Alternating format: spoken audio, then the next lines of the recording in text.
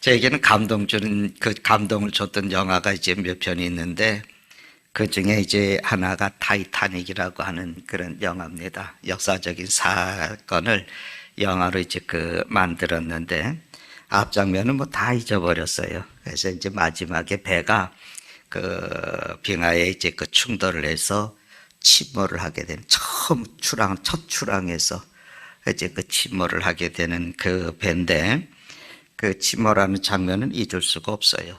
배가 아주 침몰하게 되는 큰 위기를 만났을 때 그 안에 사람들의 행동이 참 많은 것을 생각하게 하고 교훈을 줍니다. 그러니까 순탄하게 항해하던 그 배가 이제 침몰을 이제 빙하 부딪혀서 침몰을 하고 물이 들어오기 시작하거든요. 처음에는 뭐 그렇게 걱정들을 안 하는 거예요. 침 부딪혔구나.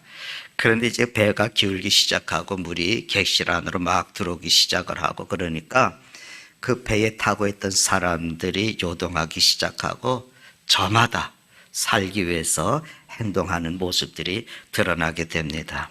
그 순간에 나라면 저기에서 어떤 행동을 했을까라고 하는 그런 이제 생각이 나더라고요. 그때 아주 스스로 멋진 인생으로 여겼던 사람들, 귀족들, 부자들, 지식인들, 다 그 화장 뒤에, 화장한 메이크업 그 뒤에 감춰졌던 그들의 모습들이 적나라하게 막 보여지고 드러나기 시작을 하는 거예요.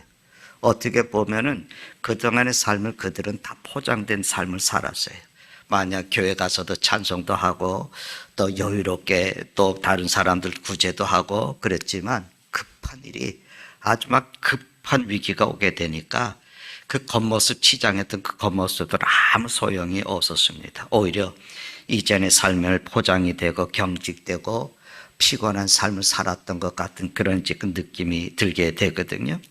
남들에게 보이기 위한 삶을 살았고, 그저 내 삶이 하나의 연극이 되어져 있었고, 그리고 겉모습에 지나치게 매달리는, 남들이 나를 어떻게 볼까, 남들이 나에게 어떻게 할까 하는 늘 남의 시선을 생각하면서 살았는데, 그런데 사는 것이 난데 나라고 하는 존재는 보이지 않는 그런 삶의 모습, 나는 그 자리에서 어떤 모습으로 사람들 앞에 보여질까 하는 그런 생각을 참 많이 했어요.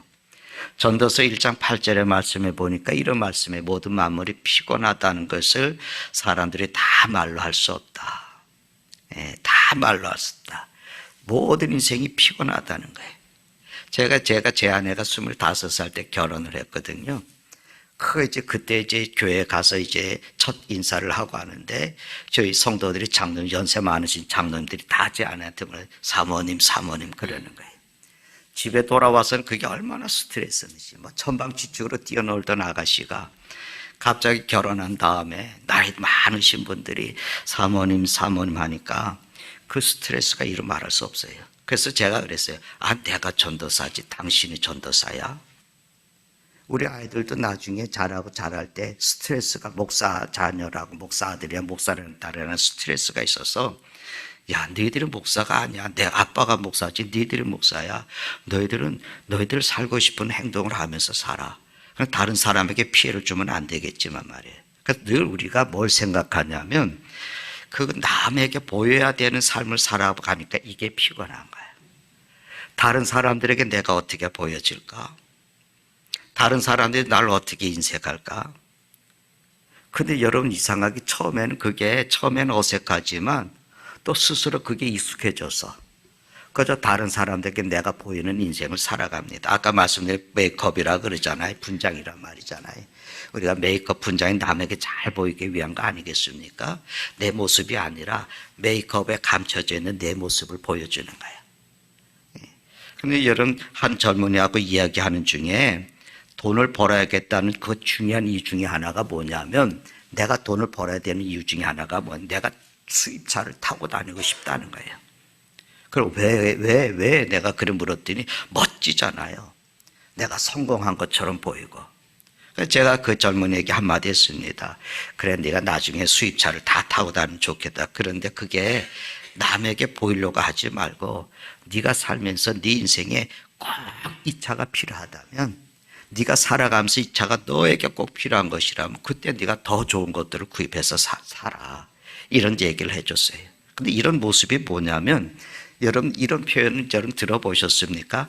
욕망이 식민지화가 됐다고.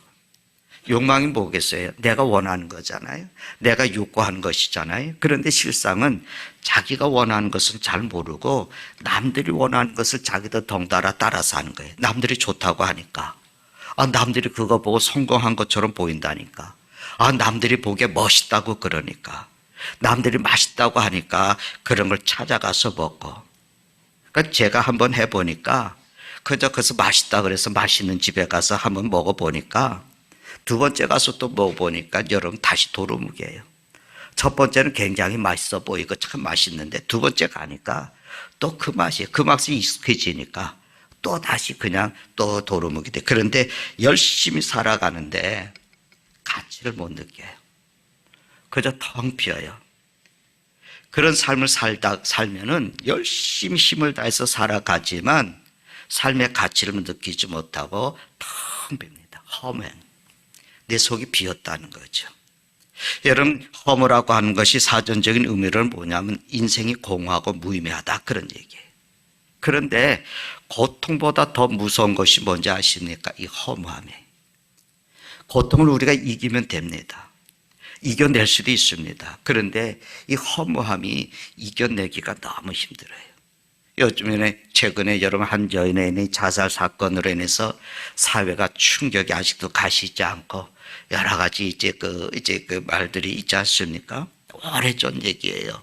오래전 지나간 얘기인데 사회 운동을 하면서 방송에 나오시던 분인데 지금도 그 얼굴이 아주 그냥 이게 이제 제가 많이 기억이 나는데 그분은 당신이 겪었던 그 모든 시련들, 그 시대 관계 속에서 겪었던 시련들, 또 거기 또 사회생활하면서 어떤 고통들, 모든 역경들, 심지어는 자기가 병에 걸렸던 그 병까지 다 나와서 방송에 나와서 얘기를 하는 거예요. 그러면서 나는 이걸 다 극복을 했습니다. 그러니 여러분도 이길 수 있습니다.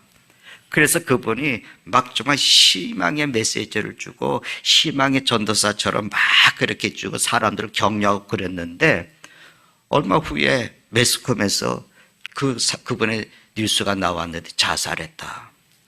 그래서 막 충격을 받은 거예요, 사람들이. 그런 사람이 자살했다가 충격이네. 그 모든 고통을 다 이겨냈거든요.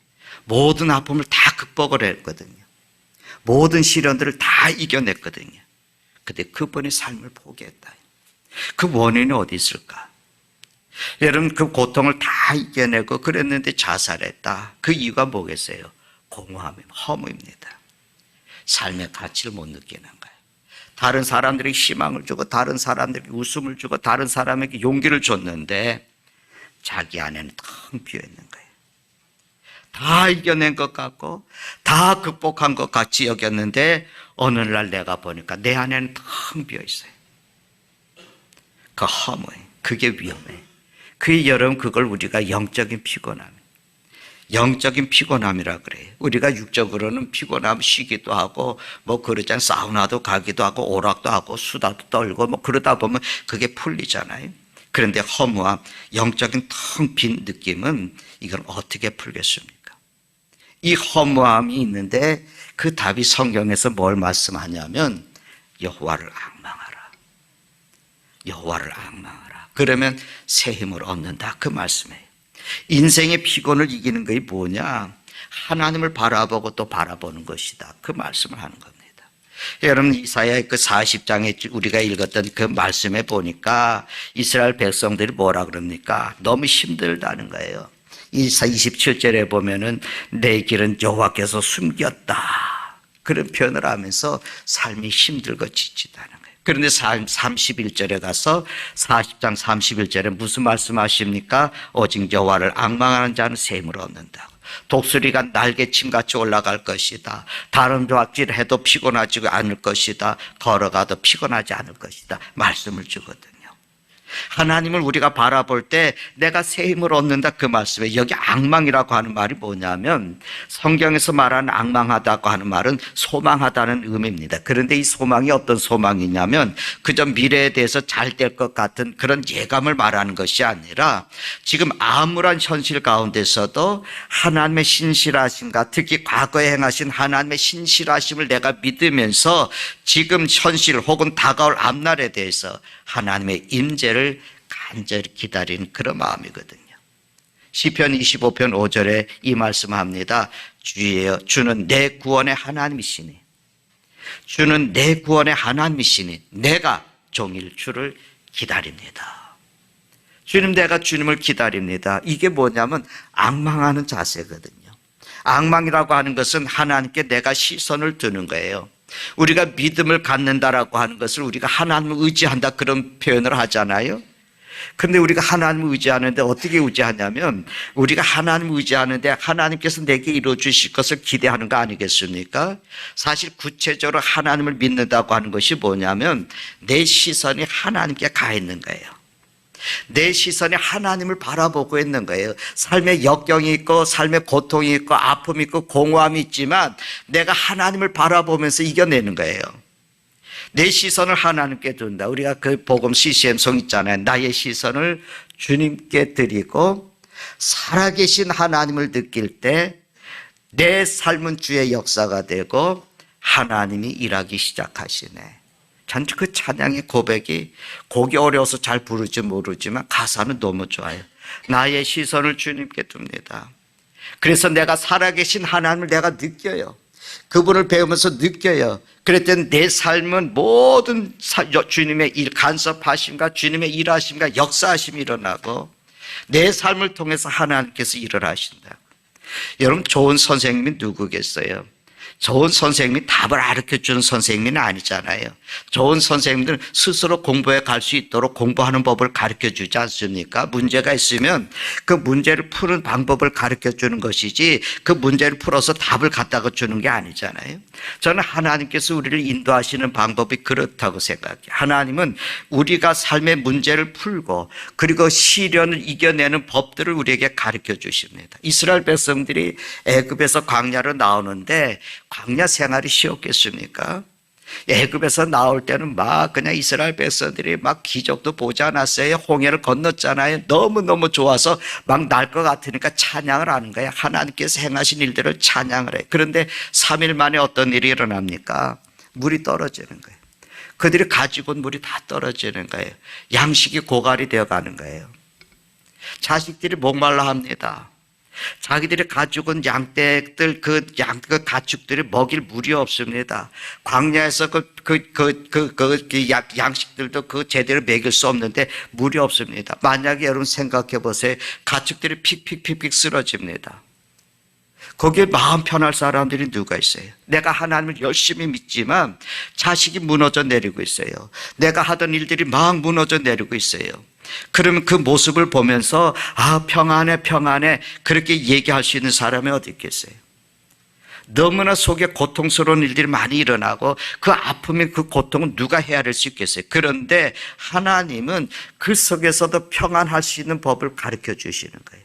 그 고통 속에서도 그걸 극복하고 이겨낼 수 있는 법을 가르쳐 주시는 거예요. 그래서 인생의 길을 가면서 또 그런 일을 만나게 되면 그것을 극복해가 하나님께서 전에 나를 도우셨던 그 능력을 가지고 함께 하셨던 그 믿음을 가지고 또 그것을 이겨갈 수 있게 해 주시는 거예요. 그래서 그걸 이길 수 있는 힘이 있다는 거예요. 그래서 이스라엘 백성들이 광야의 삶을 이길 수 있는 비밀이 어디 있느냐? 하나님을 보라는 거예요. 하나님을 의지하라는 거예요. 저는 그 미물을 통해서 저는 그런 걸 참 요즘에 많이 느낄 때가 있어요. 그래서 제가 개 한 마리 키우고 있는데 집에 들어갔다 나면 얘는 등치가 커가지고 정신없이 꼬리치면서 좋아하거든요. 근데 제가 집 손 씻으러 들어가게 되면 그 와갖고 쳐다보고 있는 거예요. 그 쳐다보고 있는 거예요. 제가 방에 들어가 방에 방문을 빼끔 열고 또 쳐다보고 있어요. 식탁에 앉으면 식탁에 옆에 와가지고 이렇게 쳐다보고 있어요. 눈도 다른 데 돌리지 않아요. 그저 쳐다보고 있어요. 제가 그걸 보면서 아이고 왜 자꾸 쳐다봐? 제가 그렇게 얘기를 하지만 그 모습이요 얼마나 예쁜지 몰라요. 하나님이 기뻐하신 게 뭘까? 하나님의 자녀들이 하나님만 바라보는 거 아니겠어요? 하나님이 뭐라고 하셨냐면요, 하나님이 당신의 백성을 해서 기쁨을 이기지 못하신다. 하나님이 너로 인해서 기쁨을 이기지 못하신다. 지금 제가 여러분 앞에 서 있잖아요. 저의 기쁨이 뭐겠습니까? 내가 이 순간에 가장 기쁨이 뭐겠어요? 여러분의 시선을 다 나한테 고정을 해주는 거 아니겠어요?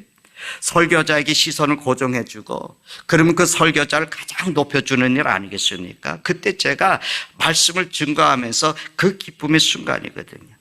하나님이 제일 영광을 받으시는 것이 뭐겠습니까? 내 인생에 목마름이 있습니다. 굶주림이 있습니다. 고통의 길이 있습니다. 그럼에도 불구하고 내가 하나님을 바라보는 거예요. 여러분, 사람이 앞에 있는데 딴짓하면서 말이죠, 그저 내가 스마트폰만 보고 있으면 그것만큼 사람을 무시하는 게 어디 있겠어요? 가장 존경하고 높이는 것은 뭐냐면 그 사람과 함께 있을 때 모든 시선을 그분께 고정하는 거 아니겠어요? 노룩 악수라고 들어보셨죠? 가끔 높은 사람들이 악수하는데 지나가면서 쑥 안시했다고 노룩 악수라고 해서 난리 피잖아요. 손을 악수는 하는데 시선은 딴 데 가 있고 이러는 거예요. 얼마나 무시하는 거였어요. 악수는 했는데 딴 사람하고 얘기하면서 악수하니까 이 사람에 대해서 얼마나 무시하는 거겠어요. 우리도 아마 그런 경험을 하게 되면 기분이 나쁠 겁니다. 인사했는데 사람이 못 볼 수도 있겠지만 못 본 척 한다. 예배가 뭐겠습니까, 여러분? 예배는 하나님께 시선을 두는 거거든요. 내 마음을 하나님께 두는 거거든요. 그런 의미에서 우리가 불신앙이 뭐겠어요? 하나님을 바라보지 않아요. 그러면서 환경만 바라보면서 난리를 피는 거예요. 어려움만 쳐다보고 있는 거예요. 문제만 쳐다보고 있는 거예요. 내 질병만 쳐다보고 있는 거예요. 그러면서 소리치는 건 목말라 죽겠다.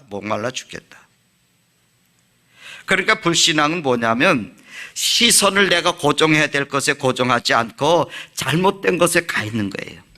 그걸 우리가 불신앙이라고 할 수 있지 않습니까? 신앙은 하나님을 바라보는 거예요.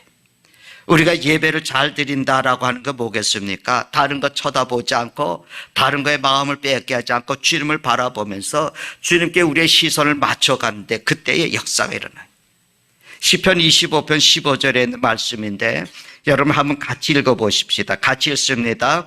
내 눈이 항상 여호와를 바라보면 내 발을 그물에서 벗어나게 하실 것이미로다. 아멘. 여러분, 우리 인생이 그물에 걸릴 때가 있어요. 그리고 우리 인생에 장애가 있을 수가 있어요. 함정에 빠질 때가 있어요. 내가 열심히 일했는데 잡은 것이 없을 수가 있어요. 내가 주님을 따라왔는데 주님의 말씀대로 가라고 해서 갔는데 목마름이 있을 수 있고 기근이 있을 수 있어요. 모든 것을 다 잃어버릴 수 있는 위기도 있을 수 있어요. 우리가 거기서 어떻게 벗어날 수 있습니까? 성경이 우리에게 말씀하시는 것은 뭐냐면 주님을 바라볼 때, 내가 항상 여호와를 바라보면 내 발을 그물에서 벗어나게 하실 것입니다. 그 새 힘을 주신다는 거예요. 그래서 신앙의 문제는 뭐냐면 시선의 문제, 무엇을 바라보느냐. 여러분, 오늘도 우리가 한 해 시작을 하고 있지만 살아계신 하나님을 보시고 가십시다. 그것 때문에 여러분의 삶의 올무에서 벗어난 역사가 일어나길 바라요. 그러니까 주님을 바라보면 새 힘을 주신다 그랬는데 그건 무슨 힘일까? 저는 첫째는 뭐냐면 확신입니다. 오늘 31절에 있는 말씀을 보니까 여호와를 앙망하는 자는 새 힘을 얻는다고, 그리고 독수리 날개침같이 올라갈 것이라고, 다른 박질을 하는데 곤비하지 않을 것이고 걸어가는데 피곤하지 않을 것이라고. 독수리가 날개치고 올라가 기계가 느껴지지 않습니까? 여러분, 우리가 흔들리고 힘든 이유가 뭐냐면 두려움 때문이에요. 정말 우리가 극복해야 될 문제는 삶의 문제에서 두려움이 아니고 어떤 일에 도전하는데 두려움이 아니라 내 마음에 생기는 두려움이, 이게 더 두려운 거예요. 근데 우리가 두려움을 이기는 힘이 뭐냐면 내가 잘했어가 아니고 나를 붙드는 하나님을 믿는 거예요. 하나님이 나를 도우신다. 이 확신을 갖는 게 새 힘이에요. 하나님이 나와 함께 하시고 이 삶의 문제에서 나를 도우실 거라고. 그래서 시편 37편 24절에 무슨 말씀을 했냐면 그는 넘어지나 아주 엎드러지지 아니하면 여호와께서 그의 손으로 붙드십니다. 하나님이 나를 붙들어 주셔서 넘어지지만 내가 완전히 무너지고 깨어지고 포기하는 것이 아니라 하나님이 나를 붙들어 주시는 거예요. 신명기의 말씀에 보면은 보금자리를 막 어지럽히시는 하나님을 보거든요. 여러분, 이스라엘 백성은 광야에 얘기했지만 당신의 백성의 삶을 목마름으로 굶주림으로 그 보금자리를 막 흐트러 놓으셨어요. 그러는 광야 인생길에서 부딪히게 될 그런 역경과 위기를 이겨낼 수 있는 힘들을 가르쳐 주셨어요. 그걸 보여주시는 거예요. 그래서 우리의 새 힘은 뭐냐면 하나님을 바라보는.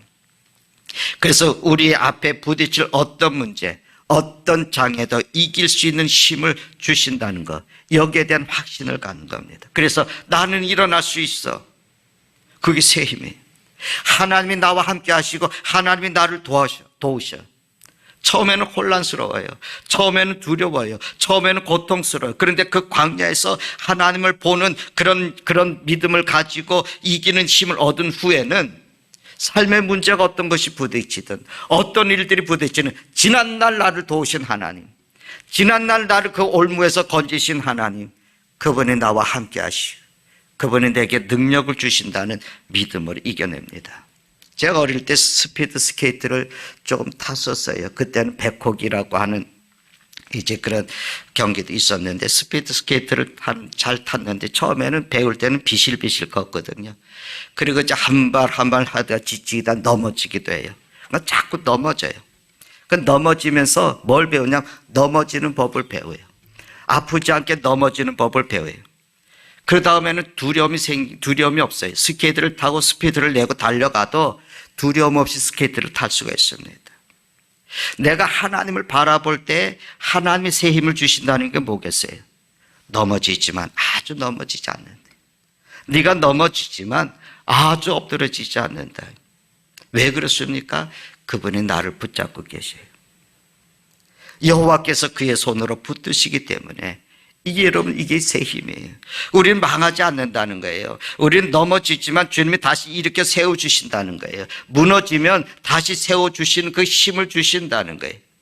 그 새 힘으로 여러분 금년에 우리가 무장할 수 있기를 바랍니다. 예수 믿는데 우리 좀 자긍심이 있어야 되지 않겠어요? 무슨 일이 일어나고 벌어지면 어떻게 하면서 막 그런 게 아니라 하나님이 붙들어 주실 거예요. 이것도 다 하나님의 계획 속에 있을 거야. 그리고 내가 계획한 대로 그 일이 이루어지지 않아도 그리 아니하실지라도 다니엘의 세 친구 같은 그런 기계들이 우리에게 좀 있어야 되지 않겠습니까? 그 힘이 어디에서 왔냐면은 하나님을 바라보는 힘이거든요. 그들은 풀물을 보지 않았어요. 자기를 태우겠다고 앞에 있는 풀물을 본 것이 아니라 전능하신 하나님을 본 거예요. 그래서 그들이 뭐라고 얘기했습니까? 하나님께서 우리를 이 풀무에서 건지실 겁니다. 그런데 왕이여, 하나님이 그리 아니하실지라도 우리는 왕의 신상에 절하지 않겠습니다. 그게 믿음의 사람의 기계예요. 초대교회는 어떻게 했습니까? 사자밥이 됐잖아요. 예수 믿는 건 그때 사자밥이 됐잖아요. 그런데 거기에서 찬송 부르면서 죽어가잖아요. 그를 나무에다 올려놓고 불을 태우잖아요. 그 불 속에서 그들은 찬송하면서 죽어가잖아요. 그저 우리가 주일 예배 한 번 드리는 것도 질질 끌려와서 예배 드리듯이, 그 어떻게 하나님의 새 힘을 우리가 얻을 수 있겠어요? 광야에서 이스라엘처럼 어려움에 닥치면 불평하고 돌아가 버리고 낙담하고, 그래서 우리가 어떻게 하나님의 은혜를 경험하겠어요? 하나님의 구원하심을 경험하겠어요? 하나님이 우리를 도우시면 우리는 언제나 승리할 수 있다. 하나님이 우리 가운데 함께 하신다는 이런 믿음의 확신, 이게 우리에게 준 새로운 힘이에요. 여호와를 보십시오. 그분이 여러분 인생에 새로운 힘을 주실 겁니다. 두 번째 힘은 뭐냐면, 여러분, 전 세밀함의 힘이라고 그렇게 얘기하고 싶어요. 여러분, 교회에서 당에서 저에게 좀 쉬라고, 그래서 가족하고 같이 쉬는 시간이 있었는데 딸이 미리 다 예약을 해놔서 또 복잡한 일이 있었어요. 복잡한 일이 있고 또 경제적으로도 복잡한 일에서 다 해약을 하려고 했더니 해약이 안 돼서 제가 이제 딸을 따라서 이제 그 일본에 갔어요. 뭐 말도 모르지만 그냥 갔습니다. 그래서 자기들은 지들끼리 가고 우리는 그저 남아서 동네 구경하자.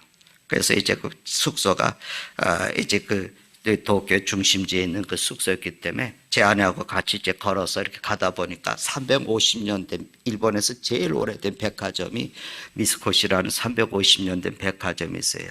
건물이 아주 뭐 근대 건물이니까 아주 예쁘고 이제 뭘로 이제 등록이 돼 있다 그런데 그래서 들어가서 이제 구경 좀 하자. 그래서 이제 구경을 하는데 구경하는데 너무 재밌는 것이 서울에 옛날에 엘리베이터 보면은 엘리베이터맨이 있었잖아요. 근데 거기 그분이 있대요. 그대로 있어가지고 3단문이 열리면 땡 하고 열리면 안에서 이제 엘리베이터 거리 안내를 해주는 거예요. 야, 저거 타보자. 그래서 그거를 타고 그 5층까지 이제 그 꼭대기까지 올라갔어요. 그리고 딱 너무 재밌는 게 얼마나 재밌는지 몰라요. 그 옛날 생각이 나는 거예요. 어릴 때 고등학교, 중학교 다닐 때 엘리베이터 타던 생각이 나는 거예요. 그거 이제 올라갔어요. 그리고는 또 그거 타고 내려올 수 없으니까 다시 저쪽 가서 이제 신식 엘리베이터를 이제 1층까지 또 다시 한번 타고 올라가 보자. 그리고 다시 올라가려고 하는데 그 입구에 매장에 사람들이 줄을 쭉 서 있는 거예요. 야, 저거 매장에 왜 줄을 서 있나 하고 이렇게 봤더니 매장에는 한 서너 사람밖에 없는데 바깥에 줄을 쭉 서 있는 거예요. 그리고 거기는 안에 있는 사람이 나오니까 그 종업원이다 종이 갖고 와서 이름을 확인하고 등록한 명단을 확인하고 또 한 팀을 들여보내고 그래서 도대체 이게 뭔가 하고 봤더니 에르메스 아십니까? 프랑스 명품이래요. 그 나는 얘기는 들어봤지만 줄 서서 뭐 물건 사러 들어가고 저는 밥도 줄 서서 안 먹는데 물건을 산다고 줄 서서 들어가는 거예요. 그 뭐가 다를까 저기 뭐가 있을까? 뭐 다양한 가방, 뭐 의료 이런 것들이 있는데 그게 뭐 때문에 저럴까? 만약에 그것을 찾는 사람들이 단순히 에르메스라는 이름 때문에 그랬다면 그 사람들은 명품의 가치를 모르고 가시하려고 하는 사람. 내가 이런 거 갖고 다니고 내가 이런 사람이면 가시하는 정이겠죠. 명품이 뭘까? 뭔가 사소하고 작은 것에도 뭐가 있지 않을까? 나는 생각하기를 그래, 이 명품은 그 장인이 그거를 만드는 그 사람이 바른질 한 땀 한 땀에도 그 제품에 대한 자긍심을 가지고 세밀한 것에 아주 디테일하게 그런 모습이 있지 않을까? 여러분, 짝퉁은 화려하거든요. 짝퉁은 겉에 보면 정말 진짜 명품보다도 더 명품같이 보이는데 그 안에는 그저 대충 만들어 놓거든요. 그렇지 않습니까? 그 하나하나 작은 거, 보이지 않는 것에도 그에 대한 자긍심을 가지고 아주 세밀하게 해가지 않겠어요? 성경은 작은 것에 충성한 자를 뭐라고 명품이라는 거예요. 잘했다고. 착하다고. 충성된 종아, 내가 작은 일에 충성하였으니 내가 많은 것을 내게 맡기리라. 내가 내 주인의 즐거움에 참여하리라. 신앙이라고 하는 것은 큰 것에도 우리가 잘해야 되지만 일상의 삶에서 작은 일에도 충성을 다할 줄 아는 거, 그게 믿음의 능력이라는 거예요. 내가 주님의 큰 은혜를 입어서 정말 주님을 앙망하는 자가 돼서 내가 새 힘을 얻으면 날기도 하고 뛰기도 하고 막 그러겠지만 성경의 말씀에 걷는데 피곤하지 않는다. 음악에 데크레 센터라고 있더라고요. 내가 보니까 데크레 센터라고 했는데 이게 뭐요? 그랬더니 뭐 강한 것부터 점점 약해지는 거래요. 처음에 강하게 나왔다가 점점 약해진다. 여러분, 예수 처음 믿으면 굉장히 신나요. 이스라엘 백성들이 하나님의 능력을 경험하고 홍해를 건너고 얼마나 신났어요. 애굽에 막 재앙이 떨어지고 정말 나는 것 같은 거예요. 찬양이 막 나오죠. 제가 처음 예수 믿는 사람들을 보니까 은혜 받았다 그러면서 막 간증거리가 막 쏟아지는 거예요. 하나님이 살아계신 것에 대한 막 확신이 생기는 거예요. 예배 드리고 찬송만 부르러도 막 감동이 되어지고 눈물도 나는 사람들이 있어요. 나가서 나 예수 믿습니다, 예수 믿으라고 막 얘기하는 사람들도 있어요. 내가 병이 나았다고 얘기하는 사람들도 있어요. 정말 믿음의 사람 같거든요. 그런데 그게 오래 가지 않습니다. 그렇게 황홀한 시간들이 금방 지나가 버려요. 막 변화가 일어나고 열심히 생기고 새벽에도 오고 수요일도 오고 막 술도 끊어버리고 담배도 끊어버리고 그런 일들이 일어나요. 그래서 신앙이 막 자라는 것처럼 보입니다. 그래서 먼저 믿은 사람보다 더 신앙이 좋아 보이고 이제는 신앙의 틀이 다 잡혀가고 오래 믿었던 사람보다 훨씬 앞설 것 같아요. 그런데 그런 흥분이, 그런 변화가 어느 날 수르륵 사라집니다. 그런 일상으로 돌아가는 것 같아요. 그런데 그게 저는 그 시간이 굉장히 중요하다고 믿습니다. 왜냐하면 그때부터 나는 주님과 걸어가는 거예요. 우리가 예수 믿어서 밤낮 막 이상한 이들만 볼 수가 없거든요. 늘 나늘고 뛸 수는 없어요. 신앙의 결국은 뭐냐면 이 인생의 길을 꾸준히 주님과 같이 걸어가는 거예요. 그 길에는 시련이 있어요. 그 길에는 올무가 있을 수 있어요. 그 길에는 큰 연단이 있을 수가 있어요. 어떻게 보면 열정이 점점점 식어지고 그리고 신앙의 박진감도 떨어지고, 그렇지만 이것이 중요한 것은 뭐냐면 이 광야같이 험한 길을 이제는 내가 주님과 같이 걸어가는 거예요. 그것이 신앙의 참 모습이거든요. 찬송가 기억나십니까? 메마른 땅을 종일 걸어가도 나 피곤치 아니하며, 메마른 땅을 종일 걸어가도 나 피곤치 아니하며. 그 찬양. 여러분, 신앙의 생활이 뭐겠어요? 이 험한 이 세상, 지치고 피곤한 이 땅에 메마른 이 세상을 내가 주님과 함께 걷는 거거든요. 이제 나는 것 같은, 그런 뛸 것 같은 그런 것들이 내게 보이진 않아요. 그렇지만 메마른 길이라도 주님과 함께 종일 걸어가면서 그 피곤을 이겨내는 거예요. 어떻게 해요? 여러분, 저 위험한 건 내가 이럴 때면 주님께서 큰 바위에 숨기시고 주님의 섬으로 나를 덮으시네. 그거 아니에요. 그러니까 주님이 나하고 함께 하시기 때문에 공허하지 않고 피곤하지 않다는 겁니다. 이것이 우리가 믿음의 길을 걸어가는 신앙의 삶이에요.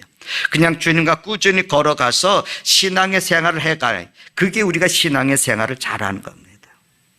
우리가 신앙의 생활은 생각으로 하는 게 아닙니다. 마음으로 하는 게 아닙니다. 그런데 많은 그리스도인들이 생각으로 신앙의 생활을 해요. 마음으로 신앙의 생활. 그것이 내가 신앙이 좋다고 거기에 빠져서 나는 신앙이 좋은 사람은 생각을 해요. 그런데 예레미야서 19장 9절에 보니까 만물보다 거짓되고 심히 부패한 것이 뭐라고요? 마음이라는. 마음은 요동을 많이 쳐요. 마음이 세상에서 가장 부패하다는 거예요. 마음이 원해로되, 마음은 원하는데 육신이 뭐라고요? 너 그렇지 못하구나. 신앙의 생활은 마음으로 하는 것도 아니고 머리로 하는 것도 아니고 신앙의 생활은 내 몸의 삶으로 하는 거예요. 내 몸이 반응을 해야지 됩니다. 여러분, 제가 착한 생각한다고 해서 착한 사람이겠어요? 늘 나는 착한 생각을 하기 때문에 저 사람 착하다 그랬습니까? 착한 일을 해야 착한 사람이죠. 내가 여러분에게 기도하세요, 기도하세요, 기도해야 됩니다, 기도해야 됩니다. 그래서 내가 기도하는 사람이니까 내가 기도하는 삶을 살아야 하잖아요. 그러니까 신앙의 생활이라는 것은 몸으로 하는 것이 진짜예요. 사람도 그렇습니다. 왜 그렇습니까? 몸에 희생이 필요한 거거든요. 앉아서는 별 생각을 다 할 수 있습니다. 마음으로는 모든 걸 다 내가 생각할 수 있습니다. 마음으로 뭐든지 다 할 수 있습니다. 제 아들이 63층짜리 건물을 자기가 커서 지어주는데 아직 컸는데도 못했거든요. 마음으로 한 거예요, 마음으로. 그런데 몸에는 반드시 희생이 따르거든요. 바울이 이런 고백하지 않았습니까? 고린도전서 9장 27절에 내가 내 몸을 쳐서 복종하게 하면, 몸으로 하는 거예요. 주님께서 말씀하셨잖아요. 소자에게 물 한 그릇 주는 것이 곧 내게 하는 것이다. 물을 마음으로 주나요? 아니잖아요. 내가 물을 떠서 그거를 갖다 주는 수고, 거기에 섬김이 있는 거거든요. 나는 충성하고 싶어요. 나는 교회를 잘 섬기고 싶어요. 마음으로는 얼마든지 할 수 있지만 내 몸을 들여야, 내가 마음으로 다 하고 싶다고, 난 뭐 마음으로 이것도 하고 싶고 이것도 해야 되고 왜 너 안 하, 그런데 그때 우리가 들어야 될 말이 그 예레미야 17장 말씀에 만물보다 거짓되고 심히 부패한 것이 마음이라고. 예수님께서 우리를 마음으로 사랑하셨습니까? 아니거든요. 그분은 십자가를 지셨거든요. 마음으로 우리가 어떻게 십자가를 지겠습니까? 그래서 우리가 하나님의 사람으로 살아갈 수 있고, 정말 내가 새벽에도 기도하고 싶고 하나님 앞에 물질을 드리고 싶고 복음을 전달하고 싶고 하는 그런 모든 힘을 주시는, 그 새 힘을 주시는데, 하나님께서 그 은혜를 여러분이 주시기를 바랍니다. 한 가지 더 우리가 보면, 그렇게 우리가 하나님을 바라보고 하나님이 내게 새 힘을 주시면은, 세 번째는 참된 가치 있는 삶을 살아요. 세상은요, 셀 수 있는 것에, 보이는 것에 가치를 두더라고요. 세상은 눈에 보여야 돼요. 그런데 하나님께서 우리에게 힘을 주시면은, 새 힘을 주시면 우리가 셀 수 없는 것을 셀 수 있는 마음을 주시는 것 같아요. 우리가 주님의 일을 하다 보면은 여러 가지 일이 부딪히잖아요. 그래서 우리가 장애돼서 멈칫멈칫할 때가 있어요. 그런데 여러분 보세요. 내가 형제를 사랑하는데 학벌이 필요하겠습니까? 내가 형제를 사랑하는데 내가 어떤 지위가 필요하겠어요? 내가 누군가를 용서해 주는데 내가 지식이 필요하겠어요? 내가 누군가를 격려해 주고 그러는데 꼭 돈이 필요하겠어요? 근데 여러분 보세요. 교회에서 하는 일들은 다 그런 일들이거든요. 내가 교회 돈으로 교회를 섬기고 싶은데 돈이 없어요. 그러면 우리가 돈으로 섬겨야 될 일이라면, 내가 돈이 없으면 교회를 섬길 수가 없잖아요. 여러분, 나는 돈이 없어서 돈으로 섬길 수가 없어요. 그렇다면 우리가 해야 될 일, 나는 기도할 수 있어요. 그러면서 그걸 가지고 기도하면 그게 더 큰 중요한 일이잖아요. 우리 장로는 가끔 기도하면서, 우리 교회는 씨앗교회는 가난해. 나는 교회는 가난하다고 생각해요. 근데 성도들이 가난하면 안 돼요. 여러분, 우리 교회는 교회 가끔 가난하면 일을 못 하겠어요? 아니에요. 생각을 바꿔야 돼요. 우리는 물질로는 일할 수 없지만 우리는 같이 모여서 나라와 민족을 위해서 복음의 우리가 돕고 있는 그런 선교사들을 위해서 기도하는 그 기도가 얼마나 큰 힘이 되는지 몰라요. 기도할 것밖에 없습니다. 그러면 기도하는 것이 그게 중요한 일입니다. 아주 유명한 이야기가 있지 않습니까? 허름한 옷을 입은 한 성도가 교회 앞에서 울고 있었어요. 그러니까 주님이 그에게 와서 물었어요. 너는 왜 예배당에 안 들어가고 여기서 우니?